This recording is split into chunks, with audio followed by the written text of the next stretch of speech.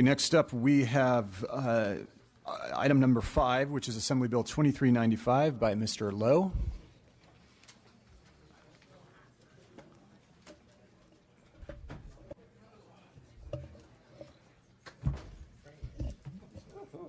Mr. Lowe, the floor is yours. And Mr. Lowe has brought about 10 pounds of copper because he knows that the chair likes to recycle.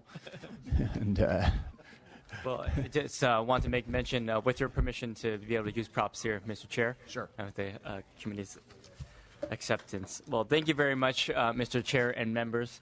I know we oftentimes say this, but I really would like to thank you, Mr. Chair, and your committee staff. I know that we had a number of conversations about how to strengthen this bill, and I think we've done a very good job in making sure that we can address as many issues as possible. So again, thank you very much for that.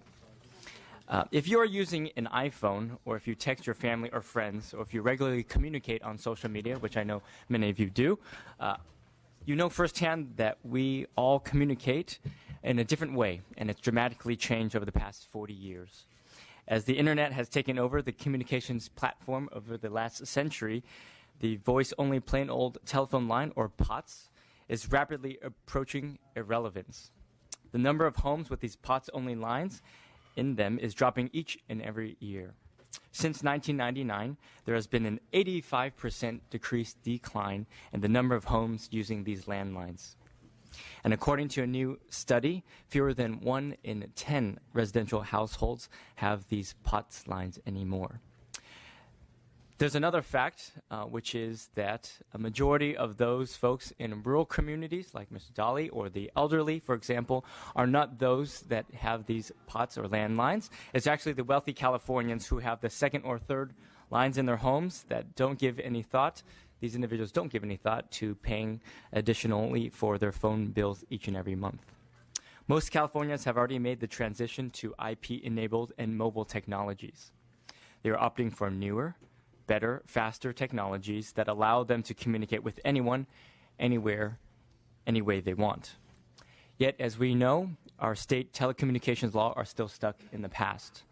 These old laws mean that California has to keep the old plain old telephone network turned on as though it's running at full capacity, even though it serves only a fraction of the people it used to. But while California is on the cutting edge of many of these technologies, this is one area that we are woefully behind. Dozens of other states have already adopted this new technology and is already moving forward. California is being left behind without access to these features, which consumers have already adopted. That's why I've introduced this bill, because our state needs a policy for an orderly transition from the vestiges of the past and the outdated, underutilized POTS network to modem, fiber optic networks and services. It's essential that we embrace these technologies so that many other states have already done so, and in joining them, because right now we have a 21st century economy operating on a 20th century IT network. Now, I've written this bill to ensure many safeguards, which I know that we've wanted to address, to ensure that this happens in an orderly, gradual, focused way that leaves no one behind in the process. First off, no transition can happen until at least 2020 at the earliest time frame. And before any telecom provider can begin this transition in 2020, they would have to do full education, outreach campaigns in multiple languages to all communities to provide customers with the information about the alternatives that exist and how to obtain them. Secondly, and most importantly, if a customer has no alternative service available, nothing can happen to their current service. Period. Again, if there is no alternative service available, they can keep their service, no exceptions. They keep their existing service until an alternative is made available. To ensure that consumers are provided with all the information available, no telecom provider can begin any transition, additionally, until the FCC certifies and approves an alternative service that is available to these customers. Finally, any alternatives must be confirmed also by the Public Utilities Commission. Members, this bill is an opportunity. It supports California's positions as the world's technology leader and the center of innovation and the economy, and nonetheless, and ultimately, a protection to our consumers.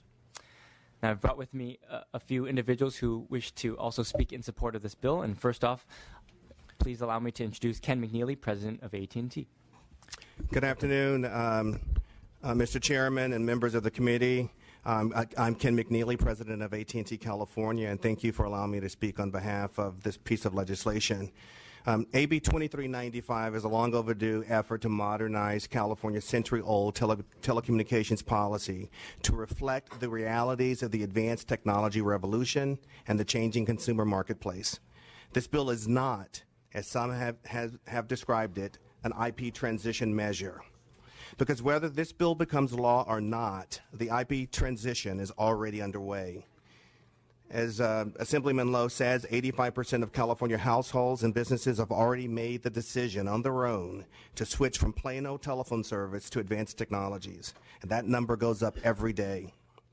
The question before us today is whether the state of California is going to be prepared for this transition and whether consumers will have the education needed for smooth adoption. Are we going to encourage greater access to faster, more robust technologies for every community in California?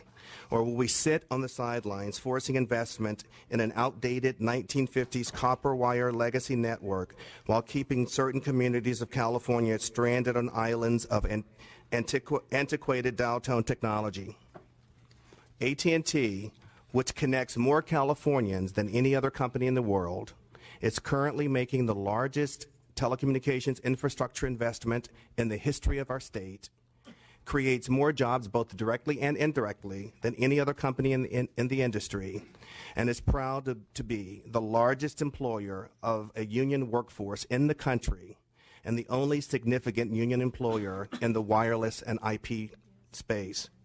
Strongly supports this bill because it strengthens our state's technology leadership, promotes a more advanced digital infrastructure for our economy, complements a parallel process occurring at the federal level, and establishes a clear and certain process to inform and protect all California consumers.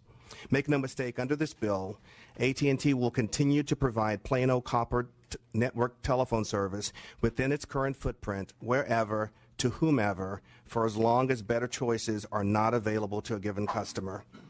No one will be left behind. No one loses voice service, not seniors, not rural communities, not lower income communities, not the deaf and disabled community, no one. A handful of opponents, most of whom have specific vested interest in keeping California tethered to outmoded infrastructure, have suggested consumer choices will be disrupted under this bill. Nothing could be further from the truth. The bill specifies that no consumer will lose service. Safe, reliable, alternative services must be available. One more thing. AB 2395 will enhance, not harm, public safety and 911 response. Any suggestion otherwise flies in the face of Hart data. By any measure, when it comes to public safety and emergency preparedness, advanced services allow for faster, more available, more robust, more location-specific response than plain old telephone service. And it's not even close. Today, California is protected by the most effective public safety telecommunications infrastructure in its history. And last year logged more 911 calls than ever, all despite the fact that 85% of all California residents and businesses no longer use POTS to call 911. Why is this? New technologies allow for ubiquitous access that you simply cannot get from legacy POTS services. And it's not just everyday Californians who are relying on advanced services for public safety. It's first responders, too. Over the next 2 years, California will be transitioning to Next-Gen 911, which allows for faster, more detailed information, including texting, video, and pictures to firemen, police, and emergency services. According to California's Office of Emergency Services, these new applications will improve the operations and effectiveness of California public safety activities in life-changing and life-saving ways. Once again, under this bill, consumers must have an alternative advanced service which provides access to 911 and emergency services. No consumer will lose 911 reliability. Now, opponents wrongly suggest that the competitive landscape will be impaired. This bill has no effect on wholesale services and processes that enhance competition. It encourages investment in alternative services. They also suggest the bill will affect federal law or the FCC. The bill does not. Indeed, it cannot do that. Under this bill, more Californians will have access to advanced and efficient, valuable technologies than ever before. It is not a minute too soon to begin this process under smart policy. The bill creates order, preparation, and education instead of a regulatory free-for-all with its attendant uncertainty. 20 states within AT&T's wireline footprint have already prepared for this process. Members, AB 2395 is a thoughtful and necessary policy to approach the ongoing high-speed technology transition that keeps California ahead of the digital curve and ensures once and for all that no Californian gets left behind. It's about moving forward, not about taking anything away. I thank Assemblyman Lowe for his leadership, and we ask for your support. Thank you very much. Let's go to the next witness in support. Chairman Gatto, members, I'm Gary Passmore with the Congress of California Seniors, and I want to focus my efforts on that segment of the population because there's a lot of misinformation about us. For years, seniors were very slow to cross the digital divide. I acknowledge that. But today, they are flocking. They are literally flocking to embrace digital devices. 90% of older Californians have a mobile device. That's double what it was just maybe 10 years ago. The use of social media among seniors has tripled. 77% of seniors rely on a cell phone as their primary communications device. 3/4 of the 911 calls. 911 is literally a lifetime for older people. 75% of those calls occur from cell phones. So seniors now realize that technology keeps us healthier and safer. We've embraced it because we can see firsthand in our own lives how we benefit.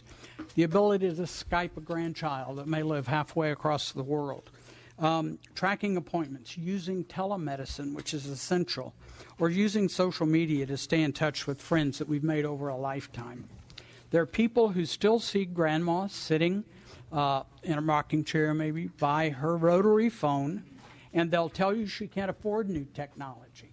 Well, the fact of the matter is her rates are out of the picture here because the current rates aren't protected by the CPUC. That is strictly a red herring. That ended 10 years ago. Some worry about disruptions of service during a transition, but this bill specifically requires that new service must undergo very intense technical review by the PUC and meet FCC standards. A few critics contend there's no reason to prepare now because the law doesn't even have effect until 2020. But a delay in creating the framework, which this legislation does, only increases the chances of disruption and makes it very hard to keep up with changing consumer demands. They say that providers won't protect consumer interests like the PUC, ignoring the fact that wireless and IP services are not under the purview of the PUC today. So what this bill does is that it doesn't change anything until new service is available and customers are prepared for those changes. How many of you remember or have been in this building since there were used payphones all over the place in the building, right? And sometimes there were long lines of people waiting to queue up to use those. Today, the lines are gone and the phones are gone because the Capitol, years and years ago, maybe decades ago now, wisely recognized they needed to respond to consumer demands, and that's precisely what this legislation is trying to say. Seniors like to reminisce about the past. I do. But I don't want to live in the past. Very few seniors do. We want to move forward, and we want to prepare for the future. So I'm begging you, please don't leave millions of older Californians behind, trapped on some landline island. I'm sorry. Thanks. And we really strongly urge your support for AB 2395. Thanks. Thank you very much. Next witness. Chairman, members, thank you very much. My name is Dave Roberts, and I'm the fire chief serving the communities of El Dorado Hills, Rescue, and Latrobe within El Dorado County. As a fire chief with over 30 years of experience in emergency services, including 15 years in the high-tech industry, I'm here to kind of offer a different perspective, possibly, and to share three things with you. First, I want to dispel the myth that traditional landlines are the best way to reach 911. That couldn't be further from the truth. In fact, today, 75% of 911 calls received are made from mobile devices because they empower the bystanders to make that 911 call immediately. And just for the simple fact that they actually have that device with them when the emergency happens. Second, during catastrophic events, the traditional copper-based landline phone infrastructure is typically one of the first points in the emergency points of failure in the emergency response communication system. I've witnessed this time and again at emergencies across California, including most recently when my department assisted in the response to the Butte fire. All traditional wire-based services were once again rendered inoperable by the fire, and first responders and residents alike relied solely on wireless services during and well after the fire. This was critical to preserving the safety of both responders and residents, and it once again proved the resilience of the IP-based services and highlighted the weakness and over-reliance on traditional landlines. Last, to save lives and reduce the impact of man-made and natural disasters, both residents in affected areas and emergency responders need to have access to real-time information and uninterrupted communications. As demonstrated time and again, this cannot be provided by the traditional voice-only copper network landline system. For these reasons, it's critical that emergency responders and residents alike upgrade to the more resilient IP-based services to properly ensure public safety in the event of another emergency. And in California, that other emergency is right around the corner. These facts, the inherent infrastructure weakness in landline systems, and the fact that most Californians residents no longer have traditional copper-based landlines can no longer be ignored and require that we think differently about the future of emergency communications and not be held back by what worked in the past. Thank you very much, and for these reasons, we support this bill fully. Thank you. So before we move forward with additional support and opposition, I just want to clarify, Mr. Lowe, that you are taking all the amendments in the committee analysis, because I think that affects some of the support and opposition. Wonderful. Thank you. Let's go to public comment and support. This is public comment in support of AB 2395. Please step forward. Hello, the Society for the Blind urges support for AB 2395 in order to ensure equal access to information, communications, and better quality of life for the visually impaired community. Thank you. Thank you. Julian Kennedy, California Asian Pacific Chamber of Commerce, in support. Laurel Brempum, El Dorado County Chamber of Commerce, in support.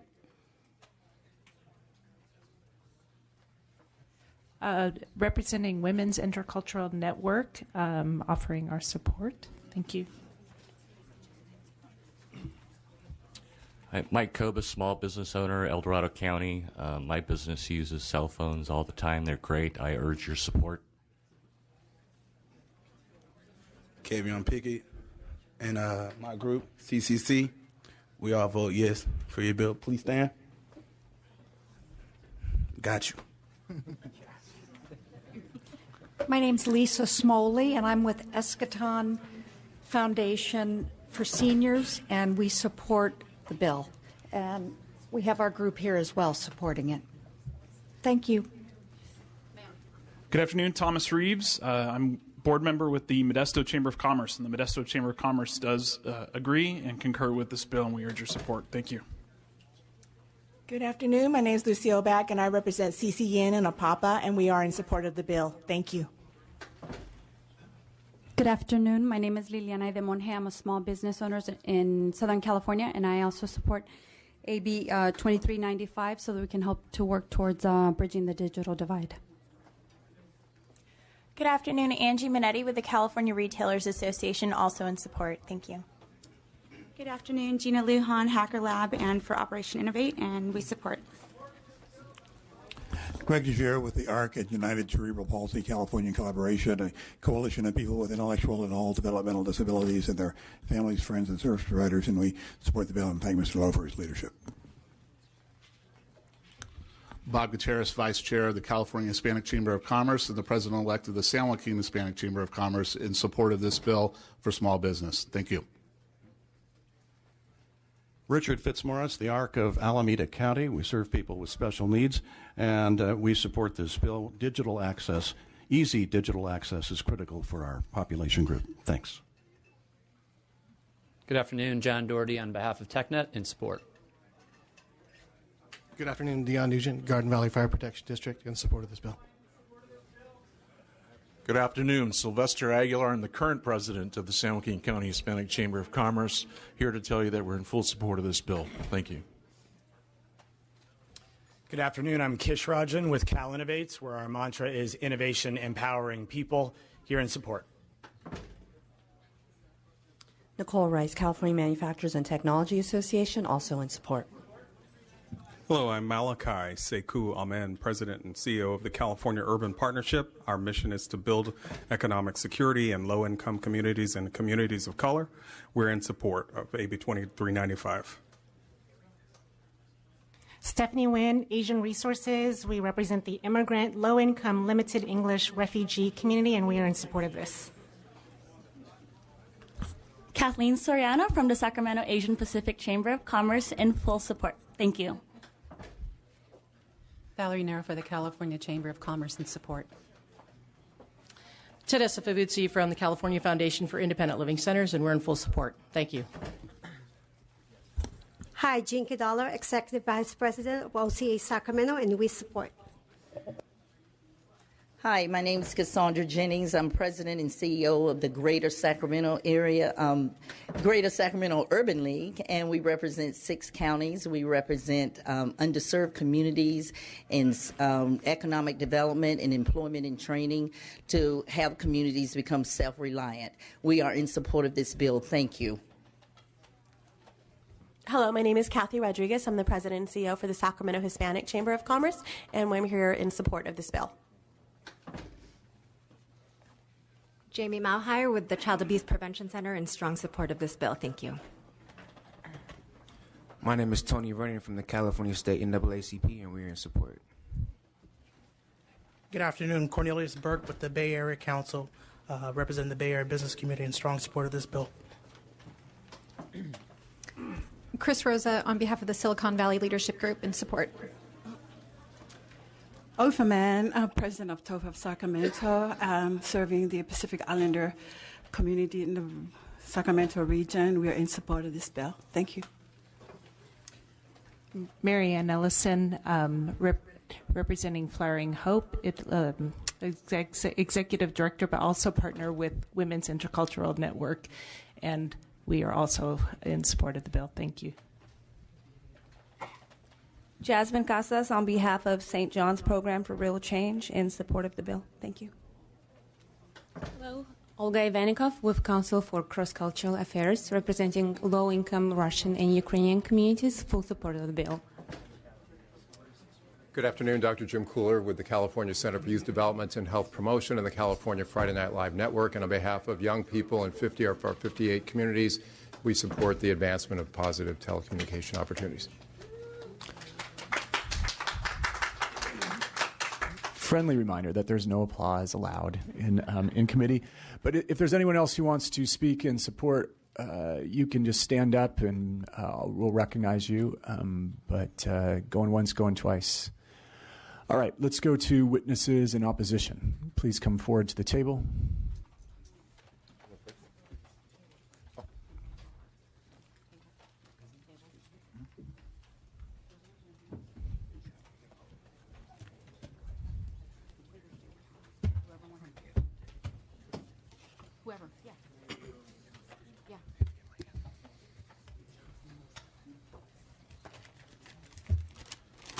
All right.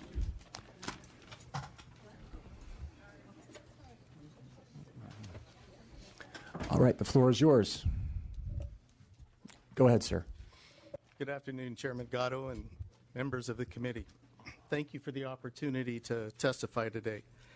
My name is Tom Runnion, and I am Vice President of the Communication Workers of America District 9, which includes California, Nevada, and Hawaii. Here in California, We represent more than 53,000 employees in telecommunications, information technology, higher education, news media, broadcast, cable television, healthcare, public service, law enforcement, the airline industry, and manufacturing. I want to make clear that CWA fully supports public policies that encourage investment in high-speed internet networks. High-speed broadband is the critical infrastructure for the 21st century, providing the engine for job creation, economic growth, improvements in education, healthcare delivery, public safety, and civic participation. CWA acknowledges that we are in the midst of a major transition in communications technology, moving from legacy switch circuit to internet protocol networks.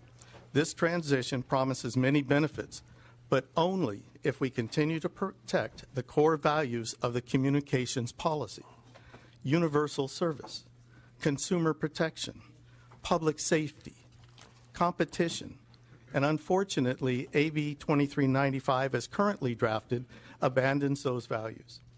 AB 2395 as currently written would allow a telephone corporation to withdraw voice telephone service to a community after January 1, 2020, with only 90 days advance notice. This bill does not provide for any meaningful public participation in withdrawal requests. Rather, the bill puts the approval process on a 120-day fast track. Moreover, the bill requires the affected customer to seek relief and only gives them 30 days after receiving a withdrawal notice to petition the Commission, and then gives the Commission only 60 days to act on that petition. A better option for consumers would be to have those alternative provider options confirmed by the CPUC as available, reliable, and affordable prior to allowing the withdrawal of service. The bill has only 3 requirements for an alternative provider: the provision of voice service, 911 access, and information about the availability of backup power. The alternative provider would not have to provide services to people with disabilities, lifeline subsidies for people with low-income households, internet access, or meet minimum standards for reliability and quality. The bill could leave many consumers and communities with only wireless and internet access, which is expensive and often unreliable. The bill could leave many consumers and communities with only one choice for communications. Without competitive choice, consumers could see rates go up, service and innovation go down. In addition, the bill could leave California consumers without essential public safety protections. Voice over Internet Protocol, VoIP, services do not provide line power during an electrical outage. AB 2395 simply required the alternative service provider to follow FCC backup battery requirements. The FCC rules have serious gaps. Batteries need only provide a minimum of 8 hours, increasing to 24 hours after 2019. It is up to the customer, not the provider, to purchase the battery at their own expense, and notification need only be at the point of sale. To protect consumers, especially low-income consumers, California should go beyond the FCC minimal backup battery rules to require all VoIP providers, upon consumers' consent, to install a backup battery at the provider's expense with strong advance notice provisions. On the positive side, the bill does mandate that any telephone corporation transitioning to IP-enabled services and networks must complete a customer education and outreach program explaining the IP transition. However, the consumer education and outreach provision in this bill fails to address key changes that consumer must know about. We would recommend that the CPUC provide oversight to ensure a comprehensive outreach and education program, and that the carriers work with community-based organizations, local governments, to disseminate information about the transition. California has a proud history of leadership in protecting consumers and promoting equitable access to telecommunication service, but AB 2395, as currently drafted, would abandon that legacy. This legislation should ensure that any request for withdrawal of legacy service does not leave customers worse off. To achieve this goal, the legislation must set forth clear criteria to determine whether the services provided, alternative providers, are comparable or better than legacy service. This bill fails to address, at a minimum, the FCC proposed criteria for alternative providers, which includes an evaluation of 1, network capacity and reliability, 2, service quality, 3, device and service interoperability, 4, service for individuals with disabilities, 5, PSAP and 911 service, 6, cybersecurity, 7, service functionality, and 8, coverage. In addition, CWA recommends that the affordability defined as comparable pricing be included in the criteria. Finally, CWA believes that the criteria should require that any withdrawal of legacy service does not leave consumers with fewer choices in the number of telecommunications providers that they had prior to the withdrawal. In closing, I want to offer a cautionary tale. Several years ago, after a major hurricane hit the northeastern United States, the legacy provider, Verizon, decided to replace ruined landlines in one community, Fire Island. With a fixed wireless service, the island had no alternative telecommunications provider. Verizon's fixed wireless service, called VoiceLink, was not compatible with health monitors, alarm systems, fax machines, credit card verification, and did not provide internet access. People were up in arms. Fire and law enforcement officials feared for public safety. Business owners lost customers. After months of public outcry, Verizon eventually reversed course and installed all fiber lines. We don't want to see any fire islands in California, leaving communities without access to the 21st century communications after the withdrawal of legacy service. That's why AB 2395 in its current form should be rejected. We can make the technology transition work for everyone, but only with proper public oversight to ensure no one is left behind. Thank you. Thank you. Next witness in opposition. My name's Kevin Mottus. I'm with the California Brain Tumor Association. I'm out of Los Angeles. An important thing for you to understand is these VoIP phones in a family home with multiple phones will have to be used wirelessly. There'll have to be a modem, and then they'll have to connect wirelessly to the other phones.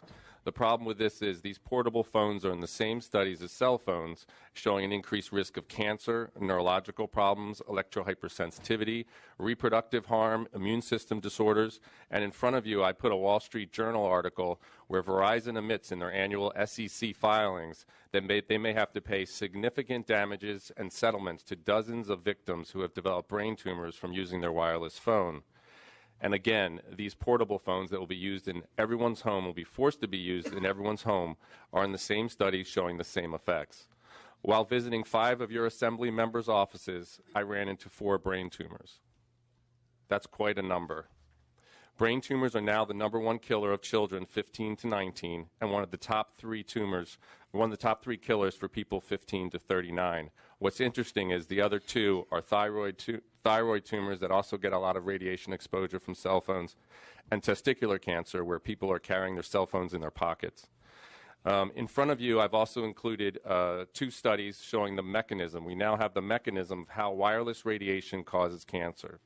I also submitted into the record 836 studies showing how these portable phones, along with cell phones and other wireless devices that will be used by these VoIP users, damage DNA and cause a host of serious diseases to all systems of our bodies, including reproductive harm, DNA damage, and others. The Italian Supreme Court has ruled that cell phones can cause cancer. We should be warning people like Europe are and moving people to landlines as a safe alternative to wireless device radiation exposure, not forcing people over to wireless portable phones, which this bill will do. In front of you, I also included Belgium, which has banned cell phones from children based on the latest research. France and Israel have also banned Wi-Fi in kindergartens and insisted that it be turned off when not in use in higher grades. These VoIP family home systems will be exposing innocent children, babies, young people, old people, and alike to continuous wireless radiation exposure. The European Parliament has passed Resolution 1815. In 1815, they specifically recommend that children use wired landlines rather than wireless technology due to the expected health effects. They also encourage that all people have their exposure minimized and that we recognize electrohypersensitivity, which is the development of neurological symptoms associated with wireless radiation for some people. This bill and this technology is not progress. This is the wireless industry lying to you and you helping them to systematically force people to be exposed to deadly wireless radiation emitted by these portable phone systems. Just ask Steve Jobs if wireless technology is safe for our homes. I'm asking you to oppose this bill. We should be warning people, as Europe is. We should be moving people to landlines as a safe alternative to wireless device radiation exposure and minimizing their exposure. With this bill, it's no exaggeration to say that you are helping with systematic murder, corporate murder, or genocide, which sounds like an exaggeration, but is no exaggeration. If you just think about this year, Vice President Biden's son died from a brain tumor behind his right ear. That's exactly where he held his cell phone, and that's the most common place to get a tumor from your cell phone. I'm asking you to oppose this bill and to wake up and open your eyes. To do this because of its environmental advantages is completely absurd.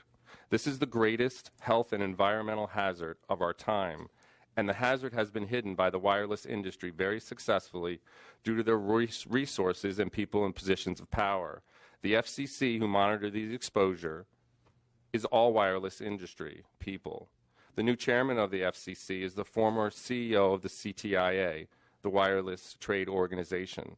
There is a serious conflict of interest. This is a captured agency. And the Harvard Ethics Department went out of its way to write a report about how conflicted this agency is and how it's not willing to take into account health effects. We have a tremendous crisis going on here. And just looking at your own offices with 4 brain tumors, you should really start waking up and start protecting our people and not continue to believe the lies from AT&T and other wireless companies. Look at this Wall Street Journal article where they're being forced to admit in their SEC filings that they will likely have to pay major settlements and damages. The awards which are being asked, which are $1.9 billion. It's time for us to wake up. It's time for us to protect our children like Europe is doing. It's time for us to say no to this bill and these provisions. It's time for us to start warning people how to take care of themselves. And it's time to start encouraging people to move to landlines and other wired connections which are completely free of wireless radiation and its health effects. Thank you. Next witness. Good afternoon, Chairman Gatto and members of the committee. Thank you very much for this opportunity to speak to you this afternoon. My name is Josh Hart. I am director of the organization StopSmartMeters.org. We are a grassroots organization standing up for consumer rights, safety, privacy, and health. We are here to oppose AB 2395. This is a profound disconnect between AT&T and the people of California it serves. Landlines are a safe, dependable, and affordable critical communications option for California families, particularly rural residents, disabled, and many others. I'm here as a constituent of Assemblymember Dahle, and I live in Plumas County. And the rural areas have particular issues.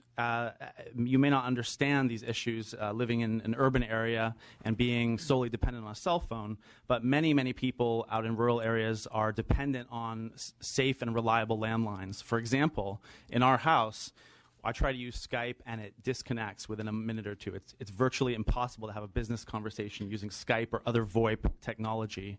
In addition, our cellular coverage is not adequate and the calls often break up.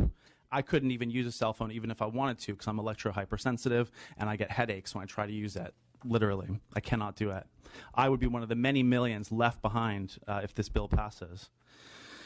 This is a truly absurd bill and shows how out of touch the telecom industry truly is. We might as well demolish our water systems, electrical grid, and postal service. Why not tear up our roads, rail systems? The scrap value of those systems has got to be huge. Landline networks provide the most reliable and highest quality voice service available, better than VoIP or cell service. And I note that in the bill, AB 2395, in the text, there is no guarantee for customers that the same level of quality or reliability will be maintained. This is taking away choices from California families, not providing new ones, as they would have you believe. Analog is often referred to by the folks to my right, as being old or outdated. But analog, the actual meaning of analog is the root is analogy, the same as analogy. It's the same, which is something that you really want when you're speaking on the phone to someone. You want to hear an accurate and precise representation of their voice. You do not get that with cell phones. You do not get that with VoIP. Digital is only an approximation. It is not the same signal. Safety is a major casualty of this bill. We need communications that will function reliably in the case of emergency and pinpoint the location of 911 callers. Mobile phone service does not pinpoint the location of callers the same way that landline services do when someone calls 911. Landlines generally continue working when the power goes out. This is a critical, of critical importance in an emergency. After 9/11 hit, many people living around that area in Manhattan, the cell service was completely down. Landlines were a critical safety link for these people. While the power grid is, of course, being made less reliable by the smart grid and digital meters, which have been exploding and causing harm and burning people's homes down. Cell phone systems have failed in nearly every major emergency across the U.S. in the last decade because they simply cannot, cellular service simply cannot keep up with the volume of calls. We need the copper, secure, safe landline system as an ancillary system to the mobile network. No one's suggesting taking away people's mobile service. There needs to be a choice. Cell phones cannot be the sole option for 21st century communications because, as my colleague mentioned, they pose a major health risk to users, particularly to children and adolescents. This is not paranoia, this is science. The World Health Organization classified radio frequency radiation used by cell phones and wireless VoIP services as a Class 2B carcinogen, and many countries like France, Germany, and others are taking action to protect the most vulnerable. People who are electrohypersensitive do not have an option here. There is no guarantee for safe landline wired service. People simply cannot use wireless, and they will be disconnected from their families and friends. Saying that these services and that this bill would reduce greenhouse gas emissions is ignoring the elephant in the room, which is that mobile service and cellular technology is a huge consumer of fossil fuels, of electricity, and emitter of greenhouse gases. We need to address that elephant in the room of the number of cell towers before we look at the relatively minuscule contribution of landline networks. This is important to say. 9.2 million Californians depend on landlines, including, according to AT&T's numbers, including 2.4 million who rely solely on landlines, including myself. I don't use a cell phone. Are we going to be happy being forced to use a more expensive, less reliable, and lower quality service? What exactly are we being offered? What exactly is the public being offered? This is not a demand coming from the public. This is generated by corporate priorities to make more money at the expense of public service by AT&T. Back in the 40s and 50s, we had a robust streetcar system, and General Motors, this is historical fact now, General Motors conspired with the Firestone tire and Standard Oil to dismantle our streetcar networks. Now, 50 years later, we're looking at putting in more light rail systems. We're replacing those systems, and it's costing us billions of dollars. If we had maintained that system, we would not have faced with that cost. And we don't know where the future is going. People are into LPs and analog records. Those are increasing. There is a future for analog. It's not just digital. The widespread opposition and civil unrest that we saw in response to smart meter deployment 6 years ago will pale in comparison to what will happen if you allow AT&T to destroy our valuable landline network. If you're a legislator who cares about consumers over corporate profits, you will vote no on AB 2395 today. We insist and we demand that our landline system is maintained and improved and extended. Thank you. Okay, so this is a very important bill, and we have to maintain the appearance of fairness. We had 3 witnesses on the pro side. We have had now 3 speak on the opposition side.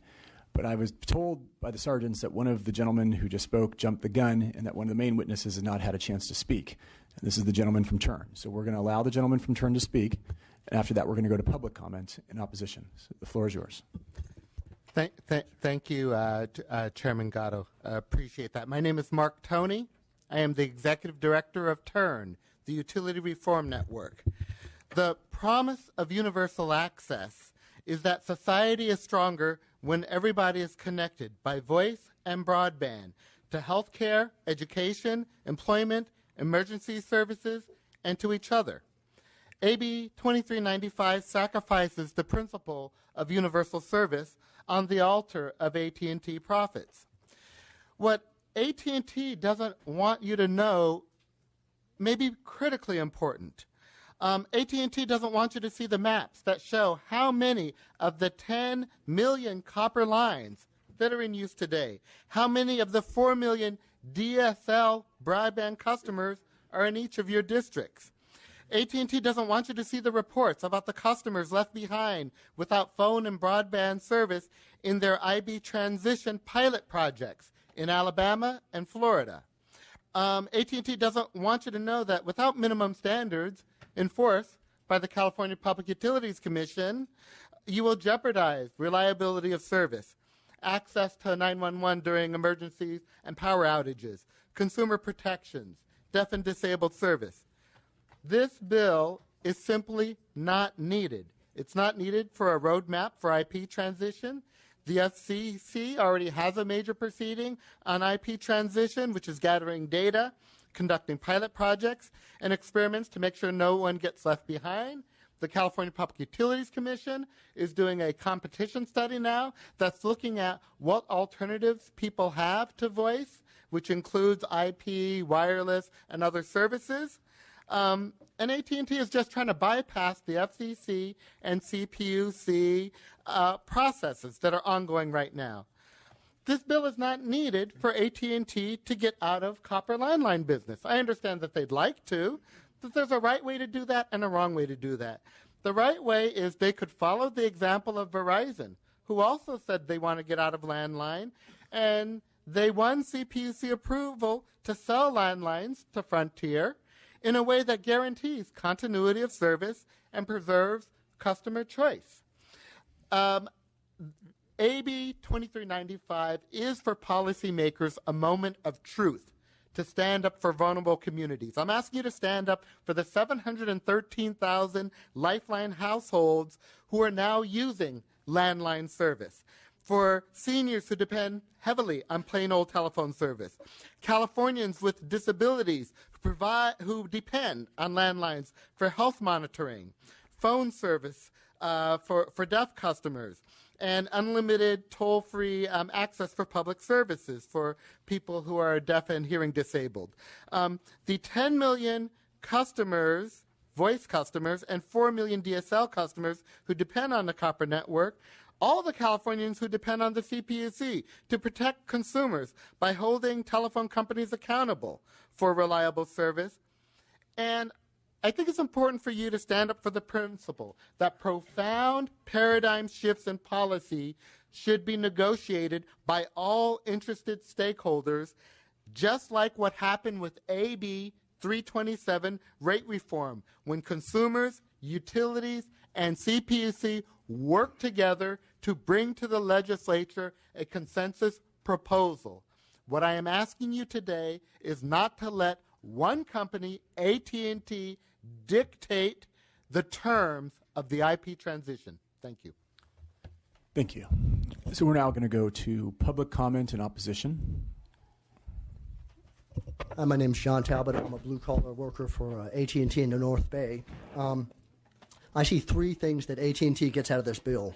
One, they get the basic infrastructure out of state. I can guarantee you those server farms are not going to be here. So the PUC can't regulate it. And frankly, they don't want you to touch it. They don't really like you. They're going to come up here and tell you how wonderful you are, but they don't like you. They know you're here for the people of California, not them. Second, It's going to allow them to get rid of the least profitable parts of their network, a network that has been subsidized by the people of the state for over a century. It's going to allow them to get rid of that, the non-profitable customers in rural areas and inner cities. And sir, if you could state your name for the record and then whether you support or oppose the bill. The primary testimony is at the desk, and you saw what happened with the support. We're just asking for this. John Talbot, and I'm against it. Thank you. You're welcome. Next speaker. Really? That is our convention. I'm not going to shut you down, but that is our convention. You saw that's what the support side obeyed, and we ask that you follow the same convention. All right. I don't remember you telling anybody to sit down, but okay. Hi, I'm Tony Sardella with AT&T. Represent CWA and AT&T Veterans Sacramento. It's obvious that this bill was developed and written by AT&T, especially from the wording, with the wording of 2020 and Internet of Things. That's been AT&T's tagline for the past several months. What I do want to go into is the public safety. Point of order. There's a speaker before us testifying, and there's a ton of noise in here. I can't hear him. Okay, so we have a request from the dais if the audience could just pipe down a little bit. We want to make sure we hear these important comments. Next, just a reminder that this is public comment. You're supposed to state your name for the record and whether you support or oppose the bill. In reference to public safety, the fire officer, the fire captain stated that wireless would be better for safety for the customer, and that is absolutely incorrect. What happens with wireline and home phones is you have what's called an ALI, automated line information, that gets passed on to the PSAP, and that doesn't happen with wireless at all. So there is no extra safety net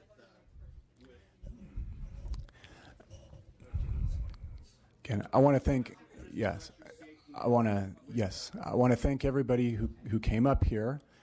The purpose of the rules, folks, is that the purpose of the rules is to make sure that everybody has enough time to state their opinion. It's not to shut up any one person. It's just to make sure that everybody else gets a chance and that we can discuss the bill as well. So please state your name and whether you support or oppose the bill. Thank you. Ernie Pacheco, I'm the Environmental Programs Coordinator for the District CWA, and I will, as tradition and protocol make one comment. And the comment is, I appreciate the sponsor dropping the cynical and dishonest greenwashing of this bill. It seems to have disappeared, but that tells you where it's really at, and we hope that the committee will send a strong signal when these multi-billion-dollar corporations come to you and clog up the docket with greenwashing materials, that you tell them that's counterproductive and you were not going to get away with it. Thank you. My name is Shelley Conepa. I'm with CWA Local 9400. I am in opposition of this. I've worked for AT&T for 19 years as a service representative, and we already are being told to tell customers that they can't have regular landline service. We represent Humboldt, Mendocino, Sonoma counties, and these folks don't have cell phone service. If anyone's tried to drive up to Eureka, it is absolutely impossible. Folks, again, just a general reminder, I'll be here all night if that's what it takes. I've got no problem. But for the courtesy of other people who drove a long way to speak, the longer you speak, it gives them a chance not to speak. So that's what the purpose of the rules are for. So please just state your name and whether you support or oppose the bill. We've already had testimony, extensive testimony. Thank you. I get one sentence. Hi, my name is Nancy Biagini. I'm with Communication Workers of America, District 9, retired member of the phone company. And with all due respect, I appreciate a no vote on this bill. And further, with all due respect, President McNeely, we know each other. I hope all those jobs that you're creating in the unionized workforce pay at least what splicers and linemen currently make. Thank you. Good afternoon. My name is Eladio Saldivar. I am the Legislative and Political Director here in Sacramento for CWA Local 9421. I also work for AT&T in the Ethernet Services Department. I am strongly opposed to this. I am one of those people that maintains those VoIP services. They are not stable. When we lose power at our center, we lose power and we lose our VoIP services at the Ethernet Center. Thank you. Good afternoon. My name is Ifeanyi Chibuko. I'm on the executive board of CWA Local 9410 in San Francisco. I strongly oppose this bill. Thank you. That's how it's done. Next. Hi, my name's Larry Yee. I'm CWA Local 9410 Ledge Chair in San Francisco. I oppose the bill, and I see that what this does is it does not serve our senior and the people at need. Please consider opposing this bill or table it to further discussion. Thank you. My name is Jesse Whitney, CWA 9421, and I strongly oppose this bill. My name is Martin Rubalcava, and I'm also from 9421 CWA, and I oppose this bill. Hermes Abounds 9410. I strongly oppose this bill. People should have the right to choose digital or analog. Good afternoon. Keith Gibbs, President, CWA Local 9412. I strongly oppose this bill. Liz Sorensen, CWA District 9, very much in opposition of this bill. Anthony Dahle, CWA 9423, strongly opposed. Robert Reese, CWA 9421, opposed. Adrian Regulato, CWA 9421, strongly opposed. Arlen Castro, CWA 9421, strongly opposed. My name is Jason Hall, President, CWA Local 9423, representing members from South San Francisco all the way to San Luis Obispo, and I strongly oppose. Good afternoon, President Orange Richardson IV, CWA Local 9410, and I strongly oppose. Mr. Chair, I'm Ruben Erasmo Medina with CWA, a 31-year employee with AT&T, and I strongly oppose the bill. Good afternoon. James Purvis, CWA 9423, and I strongly oppose this bill. Thank you. Rodney Gonzalez, Executive Vice President, 9423. I strongly oppose this bill. Good afternoon, Monique Alvarado, Secretary Treasurer of CWA Local 9423, also 18-year employee with AT&T. And you oppose? And I oppose. And I strongly oppose. My name is Robert Hogue. I'm a Vice President in CWA Local 9423, and I too strongly oppose this bill. Good afternoon, Roland Anderson, Vice President, CWA Local 9410 in San Francisco. I oppose this bill in its current permutation. Thank you. Dave Bevins, CWA 9423. I work in a rural area, Salinas, Monterey County. I strongly oppose this bill. Penny Knapp, Local President, 9417. I oppose the bill. My name is Lena Poo. I absolutely oppose this bill. There's nothing green about this bill.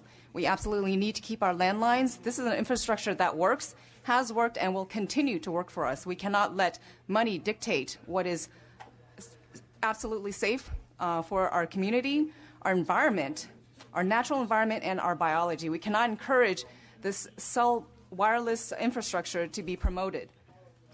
We can have both, but we need to keep landlines. Absolutely. For the safety of rural people, all kind of details that are being overlooked needs to be considered. Landlines are important. That is the number one thing we need to keep over wireless infrastructure. Thank you. I'm Melinda Willey from Mount Shasta. I have a direct experience of how a landline can save lives. We have storms up in Mount Shasta. Sometimes we're without power for 2 weeks at a time. We've also had severe fires up there.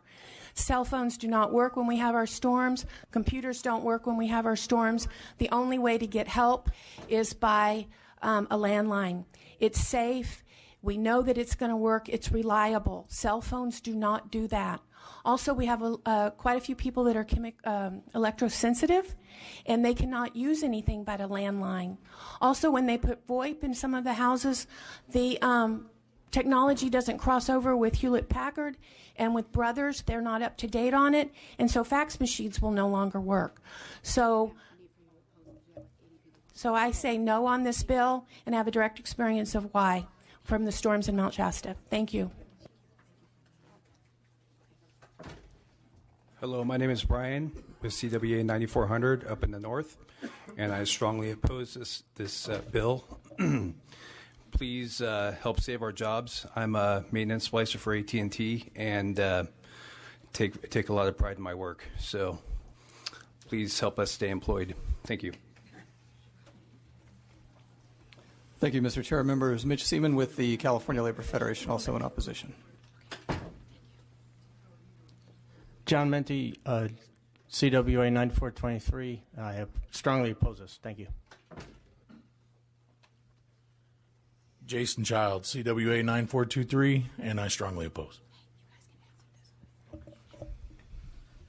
Chris Brunette, CWA 9423, union worker fighting for fairness. Doug Onstad, 9421, and I oppose the bill. Unica Buchanan, Local 9421, and I strongly oppose the bill. Hello, Devonna Edwards, Local 9421, and I strongly oppose this bill. Yeah, my name is John Butler, 9423. I strongly oppose this bill. Lisa Alden, CWA Local 9423, and I also strongly oppose this bill. Gabriel Gonzalez, 9423. I strongly oppose this bill. James Cruz, CWA 9423, strongly oppose. My name is Ryan Anson, CWA member. I strongly oppose this bill. Charles Blaylock, 9400, and I strongly oppose this bill. Sonia Rodolfo Sioson from Berkeley, California, whose late daughter was very big in the disability movement as a quadriplegic. And if we had not had a landline when she had those many situations where she had to get an ambulance because of an emergency, I don't know what we would have done. So I strongly oppose this bill. James Bernauer, CWA 9400, Lake County, strongly oppose this bill. Matt Willis, CWA 9400, North Counties. I strongly oppose this bill. Good afternoon, Mr. Chair. My name is Julio Barreto. I am second-generation AT&T employee. I am Vice President of Local 9423. I strongly not oppose this bill. Thank you. Stephanie Chen for the Greenlining Institute. Until advanced services work as well as legacy services, we can't replace them. Vote no.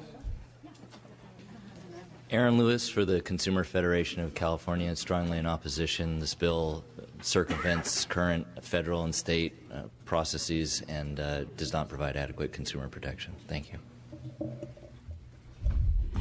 Hi, my name is Kate Bernier, and I originally am from Washington, D.C., from a 3-generation military family.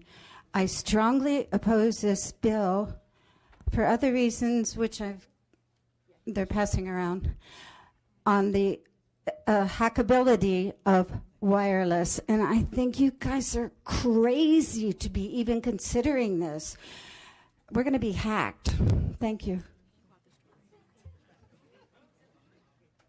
She's right. I'm Sudie Scull, and I am the president of the Sensitive Rights Coalition, and we've been fighting no on smart meters, and we've been aware for probably 6-7 years that we will be hacked because of the smart grid, and we need landlines. I provide activism and support for people who are electromagnetically sensitive, and that whole group of people, which unfortunately is growing, they say 3 to 10% of the population now has it. We will be out without a phone. So this cannot happen. You need a choice. If people want VoIP, and it can't be AT&T fraudulently calling VoIP a landline. It's a total fraudulent misnomer. We want real landlines that have been in service since 1850. Okay? Thank you. My name is Marilla Arguez. Right here, talking to the microphone. And I'm here on behalf of my son, Max Arguez, for all the reasons that you've heard. He's extremely vulnerable. He often has problems with breathing disorders. He lives with us at home. I think you can see from this photograph how much I need you to vote against this bill. Thank you. I'm Isis Farrell. I'm a disability justice advocate from Oakland. This bill is bad for public health and safety, the disabled, poor, rural, and prisoners. And I believe that this process here is really dishonest because AT&T is already dismantling the landlines. My phone has been broken repeatedly over the last few years. Once I had a short in my line for over a year, which was finally fixed with duct tape, several rolls of duct tape. And one of the technicians told me that AT&T hasn't been hiring people at a skill level for years. They're neglecting this thing. These polite requests here are meaningless. And I would really like you guys not to reward them for their bad behavior, but to hold them accountable to supply us with accessible, quality, analog landlines. Thank you. Hi, I'm Stephanie Thomas, a senior and a cancer patient, and I have had for 36 years, a copper line through AT&T or whatever it was before, Ma Bell, whatever, and I want to keep it. And any changes in this, it needs to be done with as speakers have mentioned, a process where all the input, all the reasons are given, and for health and safety, and I support the workers, I support, and for the environment. We need this for not just our people, but for the animals, the pets, the trees, whatever. We need the landlines. Thank you. Wow. James Jack, Mr. Chairman and members, on behalf of CalTel, we are listed in the analysis in opposition. However, I want to thank the author staff, and especially, Mr. Chairman, your staff. Based on the amendments that were accepted today, we are no longer in opposition. Thank you. Thank you, Mr. Chair. Members, Christopher Castrillo on behalf of the Sonoma County Board of Supervisors in opposition. Good afternoon, members. I'm Leslie DeTayen from the Russian Hill Mothers of San Francisco. I absolutely oppose this bill. Please don't allow the misinformation from AT&T and the tech industry prevent you from keeping us safe. Thank you. No. Good afternoon. Jesse Padilla, CWA member 9421, and I oppose this bill. Last but not least, Robert Longer with the Communications Workers of America, Local 9421, strongly opposed to this bill. All right. Well, first I want to thank everybody who came up from so far around the state, both on the support and opposed sides. I know that there is about 160 speakers, and I just want to thank everybody for taking the time to come up here and express your will. We're now going to hear from the regulator. The CPUC has showed up here as well, and we're going to give the regulator a little bit of time to weigh in, and then we'll go to questions or comments from the panel. Good afternoon, Chair and members. Hazel Miranda from the California Public Utilities Commission. Last Thursday, the Commission voted to oppose this bill. Of greatest concern is that the bill weakens California's commitment to universal service, the affordability and availability of high-quality telecommunications services to all Californians. Other concerns include public safety. The service withdrawal contemplated in the bill would negatively impact public safety by putting at risk safe and reliable telephone service for people who live in rural and high-cost areas and people participating in Lifeline with no alternative communication provider. Safe and reliable service. The bill would undermine CPUC's ability to ensure service is safe and reliable. For example, the bill would impact CPUC's ability to ensure safety and utility infrastructure such as utility poles. At the Commission meeting, the Commissioners expressed a desire to understand how we can encourage a reasonable transition to Internet protocol technology while maintaining universal service. We want to make sure and address the issues of access and affordability prior to the IP transition. The CPUC expresses our concerns with the provisions of the bill and would like to respectfully register opposition to this bill. CPUC technical staff is available to answer any questions you may have. Terrific. Thank you. We're now going to open it to questions or comments from the panel. Mr. Quirk. So in reading, I find the opposition may not be reading the bill. It does clearly state here that there has to be an alternative that is equivalent to what people have now. I'm reading that in the bill. So, I have a cell phone, I have voice over internet protocol. My wife doesn't even know that we don't have copper lines. It really is transparent. I do think that we should be moving away from plain old telephone service. I think the concern I have is just in the process by which we're doing this. I am very concerned about the PUC's ability to actually confirm that the service is there. And the reason I say that is that I don't think they really know what cell phone service there is, or they don't know necessarily where voice over internet protocol is available. Could the author or Mr. McNeely from AT&T respond? I just don't see how they're going to actually have that information. Thank you for the question, Assemblyman Quirk. Under the terms of the legislation, the burden is on the withdrawing carrier to submit data to the PUC to certify that an alternative provider is available.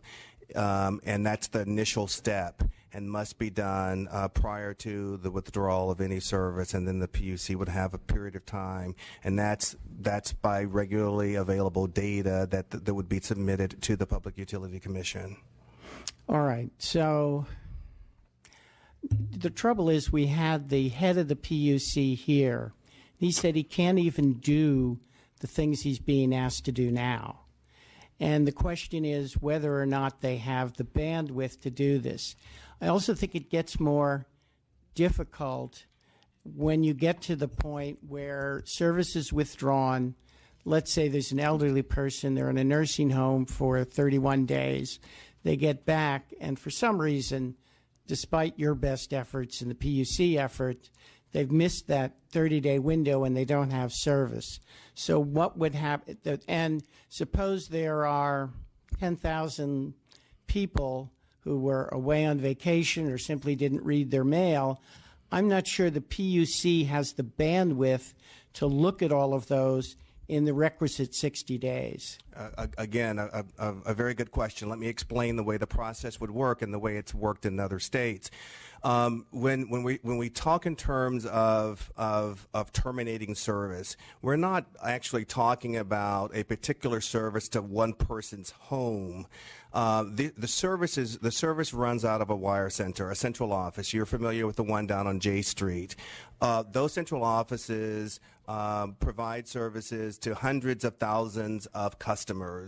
In order to decommission a central office, then, which would be the ultimate goal of the legislation, to be able to turn down that particular part of the network, every single customer being serviced out of that particular central office would have to have been notified that an alternative service is available. If under your example that one customer does not have an alternative service, then that entire central office cannot be decommissioned, because it must only be done once notice is given and we have alternate services available for that entire wire center. Again, the idea is that we transition customers. The idea is not that we cut anybody off, is that we transition to an alternate service. So every attempt would be made necessary, because we can't decommission the entire central office until we've provided that alternative service. Let me say, it's just not obvious from the way the bill is written that that's what you're doing. But say in Hayward, for example, we do have some people who are off on ranches, would not have access.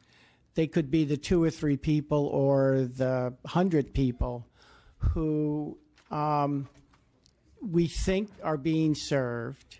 For whatever reason, only 8 of them responded. And so I'm just a little bit worried that you'd shut down that service, and then we would find people who don't have either access to VoIP or access to a cell phone. That's really what my concern is there. Sure, I understand. And again, the burden is on the withdrawing carrier to be able to tell and demonstrate to the PUC that an alternative service is available. And before we could turn down that particular wire center, we would have to have the burden of proof of showing that alternate service exists for all impacted customers. But the point is that you have the data. The PUC does not. I don't see them being able to judge if you miss 10 people. I don't see how they're going to know that. And so now it's set off, it's been shut down. There are, 100 people, 100 people complain. There's 100 people who aren't connected. And maybe 90 of them complain and 10 don't. What happens then? I think under that scenario, if the person can prove that there is no alternative service available, there's a procedure under the bill for that person to go to the PUC, make the demonstration that the alternative service isn't available. Then that person cannot be terminated.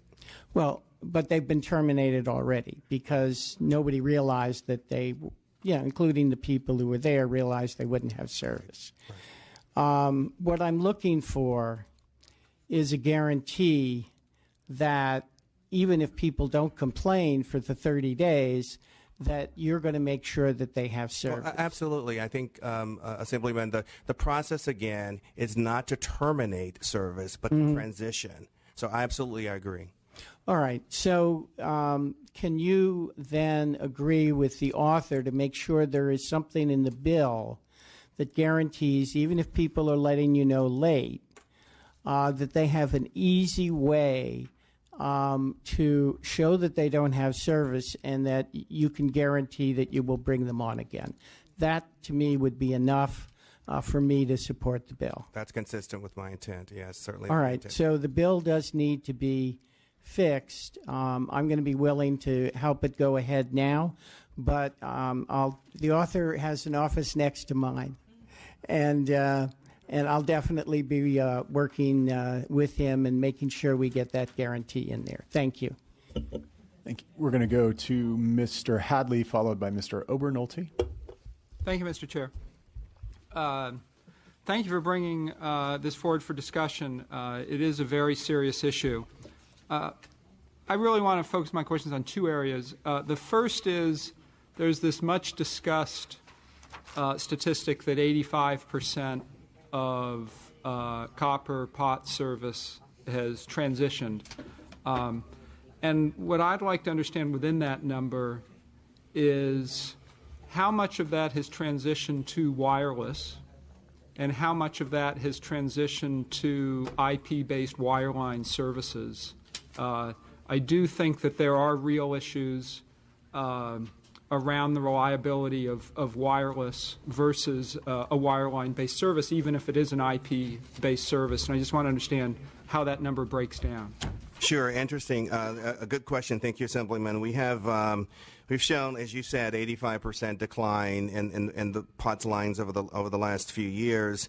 We have about 5.7 million VoIP lines and about 36 million wireless subscriptions in California. And those subscriptions, of course, are certainly distributed throughout the state of California. And interestingly, when we talk about line loss, there had been some earlier discussions about how does that represent certain classes of customers across the state. In fact, we see as many customers migrating from landline, traditional POTS, landline services to wireless services in all areas of the state. And in fact, rural areas of the state are transitioning much faster in many instances, and also lower income customers are transitioning much faster as well. In fact, we've noticed that of our Lifeline customers, those are customers receiving 50 to 70% discounts on their POT service. we're migrating to wireless only services even before Lifeline was applied to wireless services. So they were giving up the subsidy tied to their POTS service to go to a service that they wanted and felt better met their needs.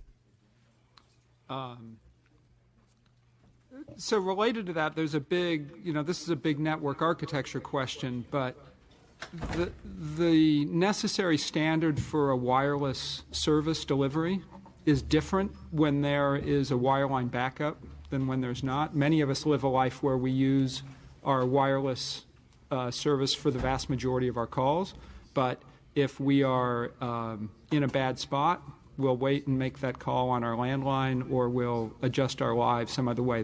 That's the way most of us live our lives. In a world where part of the state's guaranteed lifeline is a wireless lifeline, should that standard be different than the standards for wireless quality and network reliability today? I think that's a decision for the customer. As we've said, 85% of the customers have made decisions without any type of intervention from policymakers about a service that they perceive best meets their needs. If your alternate device is a wireless device and it doesn't work in your home, then it's not an alternate device under the terms of the statute and can't satisfy that particular provision. So another technology would need to be available for you. Okay, and then last question. You referenced that there are 18 or 20, or I can't remember the exact number, 18 or 20 or maybe 30 states that are ahead of California in legislating this kind of transition. But there's a big difference between passing the law or issuing the regulation on the one hand and actually living it and seeing the kind of on-the-ground issues that my colleague, Assemblyman Quirk, raised when you're down in the last 90 days, and you're trying to serve customers and make sure their service is uninterrupted. Of the states that you cited as being ahead of us, what is the experience that's been gained, not in passing legislations and promising to write regulations, but in actually closing COs and making sure that 100% of the residents maintain reliable service? Mm-hmm. We have 20 states within our wireline footprint that have passed legislation reforming their carrier of last resort obligations. Of those 20 states, we have not turned off or decommissioned any central office yet. Again, this is an attempt to migrate and not to terminate. And so we are working on technologies to ensure that we have a very orderly transition. One of the witnesses mentioned before there are trials going on in Florida and in Alabama on the transition. We're working closely with the FCC. There's a parallel federal requirement. There has to be a state requirement and a federal requirement prior to the decommissioning, and so we're working through that process now. As I said, we're going to be working to ensure that the alternative services are available and ensuring that they work before any wire center or central office is decommissioned. And across your 20-state wireline footprint, what's the earliest legislative hurdle or deadline or point of departure for implementation of this? Not so much when the legislation was passed, but when it's going to be happening on the ground. Well, there are a number of states that have allowed the transition to occur immediately. And so once we have ensured from wire center by wire center that alternative services are available for that particular community, we can start that process. So there are states where you could be doing this today if you could satisfy yourselves and your regulators and your customers. Right, and I believe in some of those states that those processes will start later this year or next year. Okay. I would put myself in a very similar position to my colleague, Mr. Quirk. I support the goal, but the devil is really in the details, and my office is not next door to the authors, but I'm close by, and we're very focused on this bill. Thank you. Thank you. Thank you. We're going to go to Mr. Obernolte. Thank you, Mr. Chair. I'd like to ask a question of AT&T in response to some of the criticism that was raised today. So we heard testimony from people who are very concerned that making this transition might exacerbate their electromagnetic hypersensitivity, and also some concerns that having a wireless transmitter next to your head could lead to brain tumors. But that's at odds with my understanding of the way the technology works, and so I wanted to ask you about it specifically, because my understanding is that if a consumer wanted and they were forced to transition away from a POTS line, they could elect to just have a VoIP gateway put in where the existing connection comes into their house, and the connection between the telco and the residence would be digital, but the connection inside the residence would still be copper, and there would be nothing wireless there, and all the phones would still work as they do now. Is that correct? Yes, yes, Assemblyman. That is exactly my understanding as well, and I lost that train of thought from what the point that the witness was trying to make, because if the customer chooses to have a wireless router in the home, that's the customer inserting that process or that service into the environment. It's nothing that is mandated as a result of that. So yes, I agree. All right, Mr. Chair, I'd like to move the bill. All right, bill has been moved. Second. Bill has been moved and seconded. Any other questions or comments? Okay, we've got several. Okay, so we're going to start with Mr. Chavez. Thank you, Assemblymember Lowe, for bringing this bill up. It's quite an undertaking. The way I look at this is that the service that's being provided by AT&T, they took over the responsibility of these POTS lines from the breakup of Ma Bell, and actually it's a legacy responsibility to provide the service. And I understand because of the change in technology, we're making this change, which was an agreement that we've had back in the 50s. We talked about the issue of health. We talked about that. We talked about the issue of public safety, how that could be met. But one of the things I haven't heard yet that I'm concerned, and maybe you could have yourself for AT&T talk about, and that is the retraining plan for the jobs, because hearing a lot of the members come here, I can understand the concern of 2 and 3 generations. They've been trained in the issue of copper. So what is the plan to ensure that they'll be retrained so, we meet their needs? Could you expound upon that, please? Sure, Assemblyman. Thank you for that question. This is something that we have a profound appreciation for as the only labor provider, labor company in our industry, both wireless and certainly for IP services. I'm very proud that as we transition to an IP infrastructure, as we transition to the services that our customers are asking for, we are very happy that we are transitioning our workforce with us. And I can't say that everyone in our industry is doing that, and I think that is something that certainly I am very proud of, and I would like to point you to a Wall Street Journal article that was written just last month, titled "AT&T's Ambitious Effort to Retrain More Than 100,000 Workers." We're actually in the midst of the largest retraining and reskilling effort ever undertaken in America. And in fact, the author stated 120,000 employees out of its 281,000 workers have completed 1.7 million online courses so far. The scale of the effort is unusual, as many companies tend to lay off employees when their technology skills become obsolete and hire new employees with the new skills. AT&T is an example of a company that is trying something different in an effort to close the U.S. digital skills gap, where demand for highly skilled tech jobs outstrips the supply of qualified workers. So yes, we are trying to reskill our workforce. We understand that this is something that is challenging for us to do. Yes, some employees have taken opportunities to leave the business as technology has changed. If, for instance, if you were to think about operator services or and the lack of utilization from consumers of those kinds of services, those kinds of employees have been reskilled, but they do have those opportunities for retraining. And to make her the bill, because I was looking at this, one of the things under existing law in the staff report is that this promotes economic growth, job creation, and potential social benefit. So when I'm looking at the other points of your bill, I don't see anything about, retraining their jobs. So I don't know how you want to handle that or address it, but it's just one of the only things I have concern. Having been involved in running organizations and seeing new technologies come in, it really helps early on bringing everybody in as a process of change and make sure that, you meet their family needs. Because, they're trying to put food on the table and take care of their kids. So just ask you to look at that, please, sir. Thank you.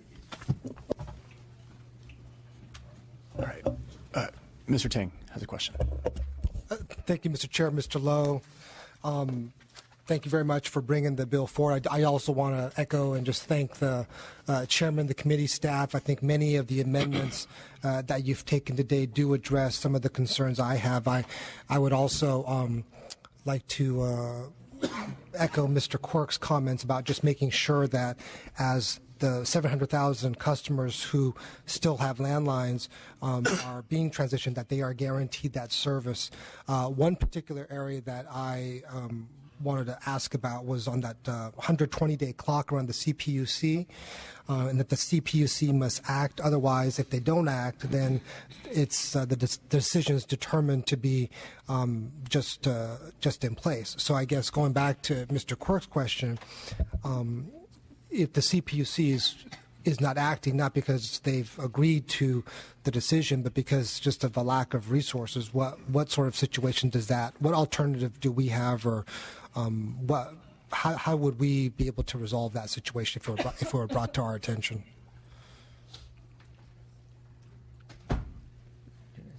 Well, I think from my perspective, again, the idea behind, I believe the tone of the legislation is that to not act on a mistake. I mean, if in fact the consumer hasn't responded and indeed has no alternative, I think there shouldn't be any type of reprisal for that particular consumer because of that particular situation.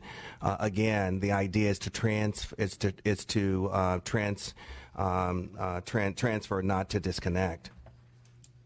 The other thing I would like to add that, which is to say that we've heard from a number of committee members similarly echoing those similar comments, and that certainly is the commitment to continue to work specifically with all members of the committee and members of the legislature on the intent specifically.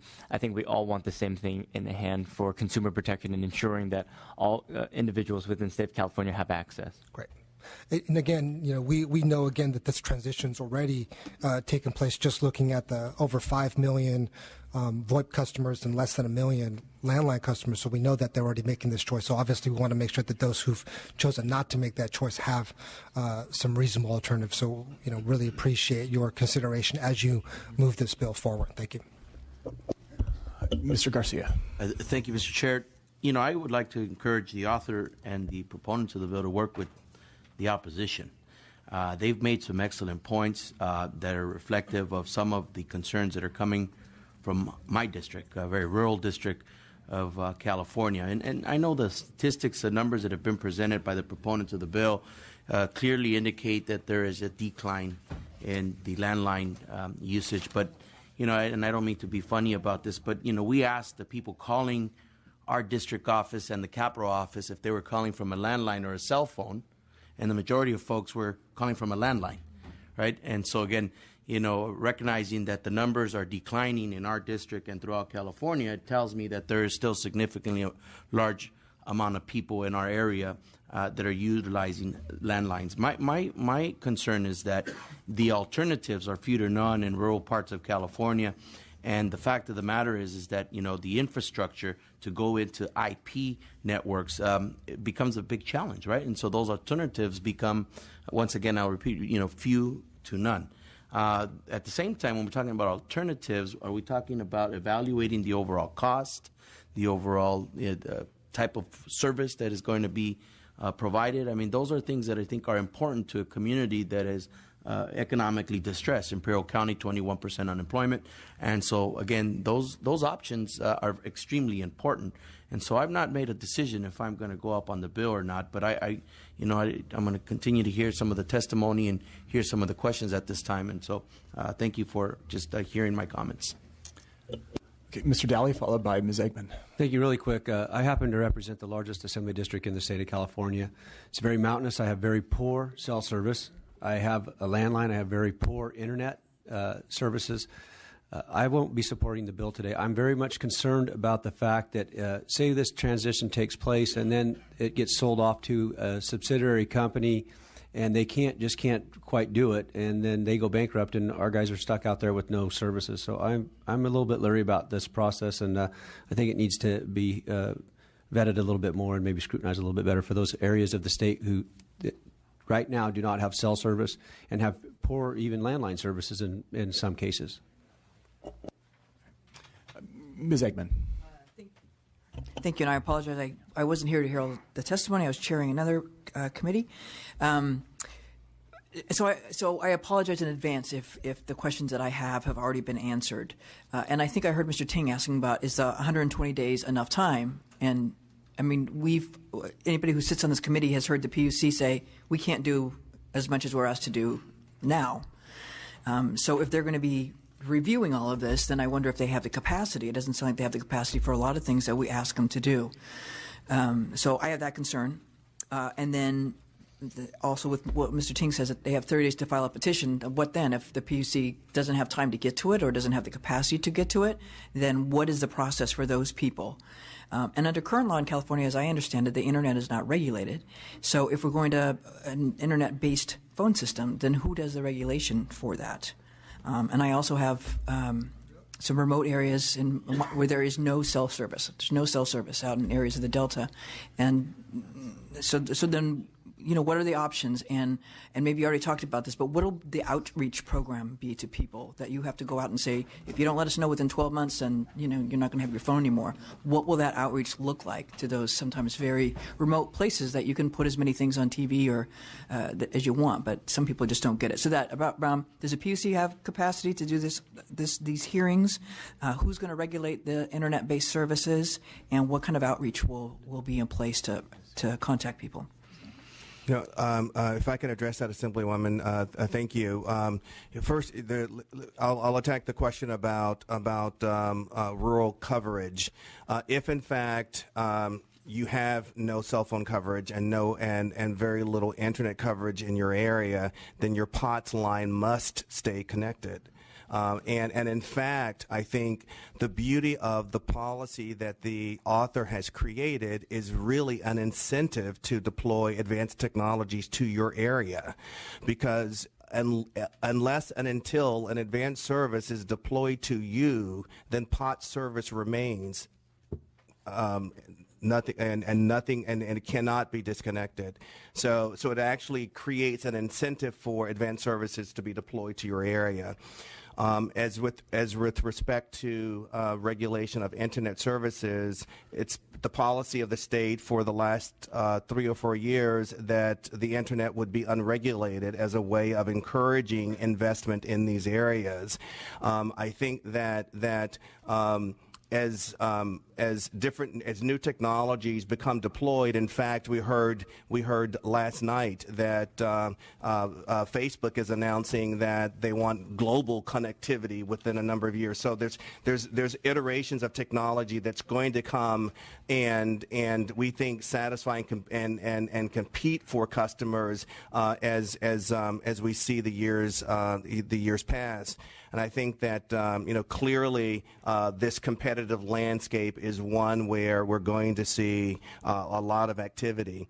And I think with respect to your pricing issue, we're encouraging the Public Utility Commission to really take a close look at Lifeline for broadband, so that consumers are voting with their feet already. They're voting to go to wireless and broadband-based services, yet it's been very slow for our regulators to move with those consumers for the subsidy programs that help support them. And they've made these movements, even abandoning their subsidies. So we're hoping that we can work very, very closely with regulators to move those subsidies with and to the services that consumers actually are using.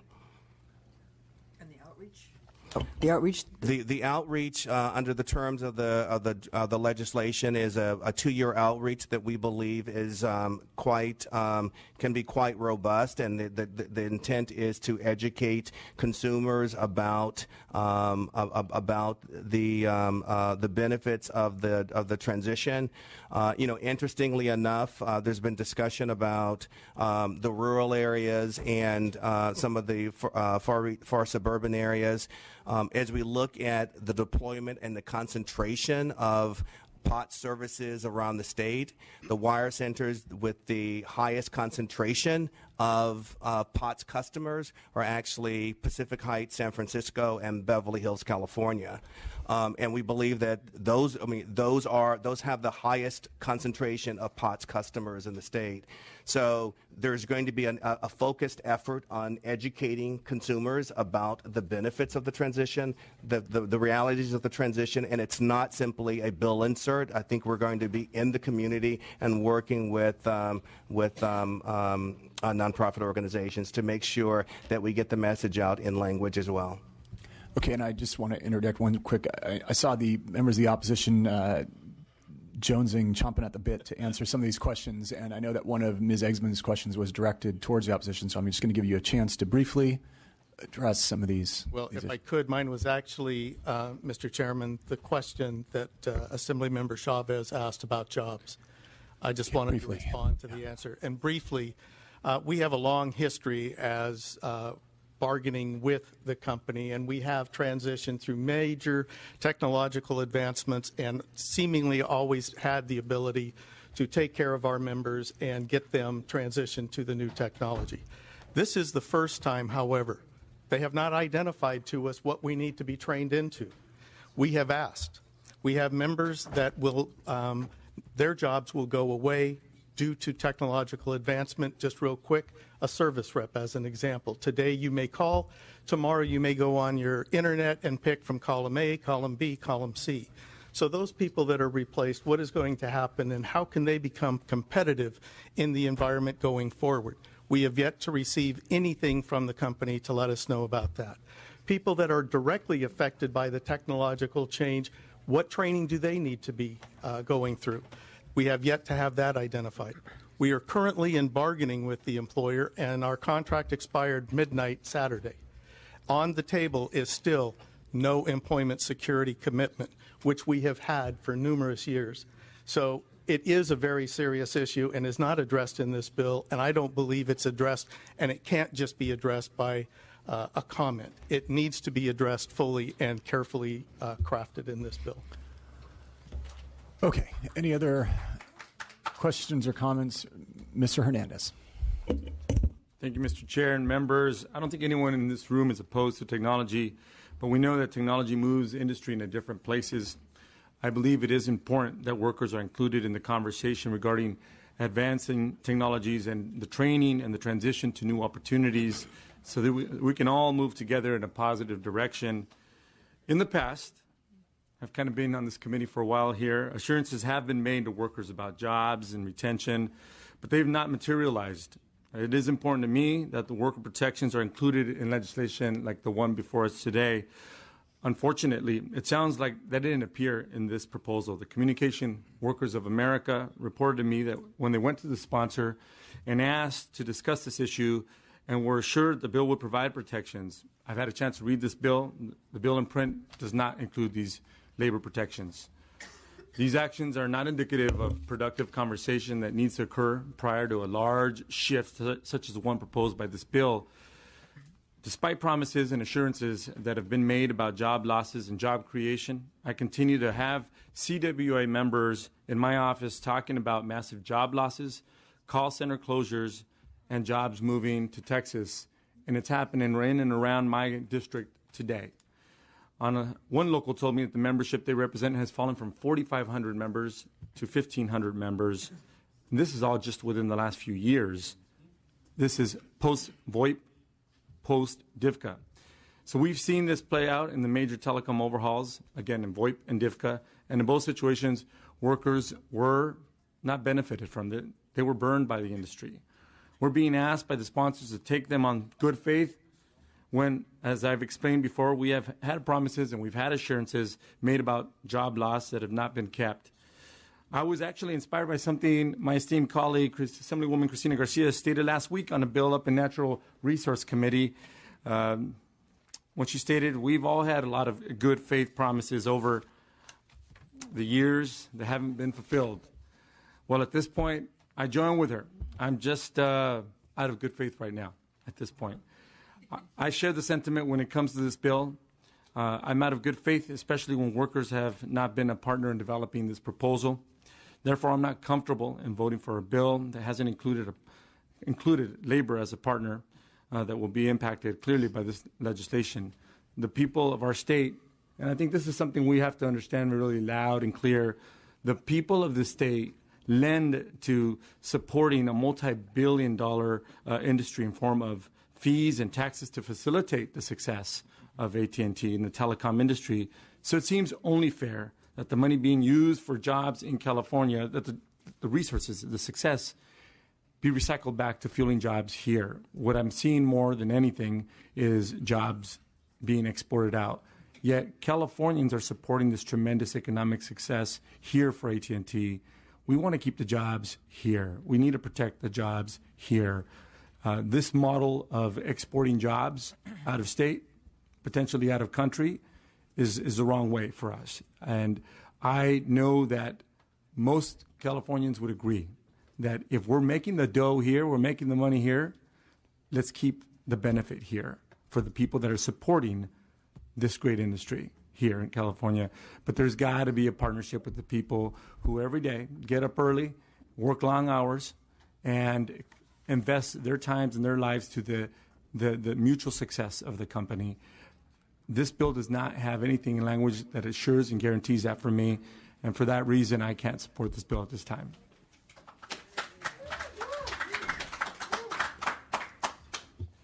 Thank you, Mr. Hernandez. Any other questions or comments from the dais? All right. Real quickly, Mr. Vice Chair. Thank you. I just wanted to say to everybody who's come here, support or oppose, I've been on this committee 4 years, vice chair for 4 years. The robustness, the depth, the thoughtfulness, the clarity, the hard work of the staff, of the proponents, the opponents, has really been inspiring to me. We will go in different directions, obviously, with respect to the vote. But I want to commend the staff and the chair and all who have been involved in this. You have been here. We have watched a terrific example of what citizen government really looks like. You are here talking to us clearly. We give plenty of opportunity for us to understand the different points of view. Sooner or later, it does come to members elected for the purpose of making decisions to make decisions. I also just want to come back to the beginnings of the presentation. Let us not forget the aspirational nature of what is being attempted here. It is an attempt over a period of time with good safeguards, it seems to me, to allow and to encourage and to explode into places that don't have the kind of technology presently, the kind of technology that's ubiquitous and we take for granted all the time. I think this is about a rising opportunity, not a shrinking possibility. And for those reasons, I'm going to support the bill, but I did want to commend all of the folks who've worked on it. It has been a real exercise in serious legislation, and I'm proud to be a part of the committee. Thank you. Thank you very much, Mr. Vice Chair. I also want to thank all the people who came up here, both sides of the issue, to testify and weigh in. This is your legislature, and I'm really proud that you took the time to be here and weigh in going to quickly go through a couple issues, and we're going to let the gentleman close. First, on reliability, you may rest assured that this committee considered issues of reliability. I also note that those issues are very complex. Copper calls are routed, things that you might think are copper calls are routed over fiber, and cell phone calls are routed over copper. It's very, very complex, and we considered all those complexities, and we feel that this bill has addressed those. Second, I think the gentleman who was at the desk and talked about tearing up infrastructure, you made some very, very good points. I'm from Los Angeles. I know the lesson learned with the red cars. It's a very, very good point. I can also assure you that this committee considered that. We have a very, very good perspective on history in this committee, and you can rest assured that nobody will tear up any copper line infrastructure. The cost of it to tear up every street in the United States and take out the copper is not going to happen. At least I don't think it will happen. And this committee will not let it happen. Also, nothing in this legislation would prevent a Frontier Verizon type deal from occurring. If the company which owns this infrastructure chooses to do that, they can divest their copper and they can sell it to somebody else, and they would operate that copper if they so wished. But this bill does contain protections that copper and the last mile service does stay there for anybody who wants to access it, and that's very important. Any small business, any company who wants to access that last mile of copper, that is protected in the bill. Third, to address some of Mr. Quirk's questions, which I think were very good, it's hard to quantify how the word spreads of these changes. An analogy might be in the world of the transition from analog to digital television. I've always heard those polls where, you're shocked that 5% of the country can't name our president, but 100% of our country knows that TV transitioned to digital. Somehow the word got out. People spread door to door. It was everywhere that you've got to transition your antenna or you won't get television. Word got out, and I think we'll have a similar campaign here to make sure that this word gets out here. Lastly, I want to thank the people who came and spoke about electromagnetic issues. This committee appreciates contrarian viewpoints, and we realize some of your positions might be contrarian. We also have a historical perspective that 60 years ago people were saying the same thing about cigarettes, and they were proven right. That being said, a lot of these households who think they're communicating purely on wireline, those cordless phones that they use in their household, they're still electromagnetic and they still use radio waves. So we're going to keep that in mind. We're going to watch it very closely, and we thank you for being here and sharing your viewpoint. So I think we have given everybody a chance to speak, and now it is up to the author to close, and the floor is yours, Mr. Lowe. Thank you very much, Mr. Chair and committee members, for the robust conversations, and I too would like to acknowledge all those involved in particular, because this is democracy in action, and I think this dialogue particularly strengthens the piece of legislation that we want to have ahead of us. I do want to bring the attention back to the issue at hand, specifically on what we are talking about. One fiber line, as you can see here, one fiber line equals 10 of these copper pipes, 10 of them. And 2 copper lines equals 1 phone line here. So when we're talking about the technology that exists, particularly in the state of California, we want to make sure that we have the framework and the infrastructure in place for not only the future, but for the present. And this is what this bill does. Specifically, when we talk about the concerns that have been addressed about jobs, I want to make it well known that I too, similarly as Mr. Patterson has served on local government, I too served on a local city council, and in that capacity, I too have stood with CWA workers demanding a fair contract. I've signed that petition similarly to corporate at AT&T to say that we need fair jobs. We need to ensure that this bill focuses on, again, the framework of the technology. We didn't believe it was appropriate to address a contract between CWA and AT&T in a specific bill focused on this technology. In addition, we did meet with CWA, and I asked if any amendments or any language would satisfy or would like to be worked on. None were provided. So there is a commitment to this committee and to CWA and all stakeholders alike that we will continue to ensure that we will address these concerns, work collaboratively with rural areas, seniors alike, public safety. We will be here for a long period of time. This bill will not even go into effect until 2020. Now, as I observed from this committee's membership in particular, we are all along the lines of the 12-year terms. My commitment not only to you and to this committee, with exception of Mr. R. Dean, my apologies. Thanks for reminding me. My commitment is such that we will ensure the best interests of consumers and for all of Californians. We will be here, and that is my commitment to you. And I, again, do not want to disparage the concerns that each and every one of you had. And I will take it very seriously. And I hope that you will implore and work with me, and I hope each and every one of you, my interactions as the author of this bill, this is an authored bill, that I will continue to work with each and every one of you on this. And I respectfully ask for your aye vote. Thank you very much. The motion by Mr. Obernolte is do pass as amended to appropriations, seconded by Mr. Quirk. Madam Secretary, please call the roll. The motion is due pass with the amendments shown in the committee analysis and refer to the Appropriations Committee.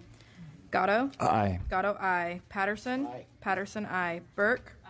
Burke, aye. Chavez? Aye. Chavez, aye. Dahle? No. Dahle, no. Eggman? Aye. Eggman, aye. Christina Garcia? Aye. Christina Garcia, aye. Eduardo Garcia?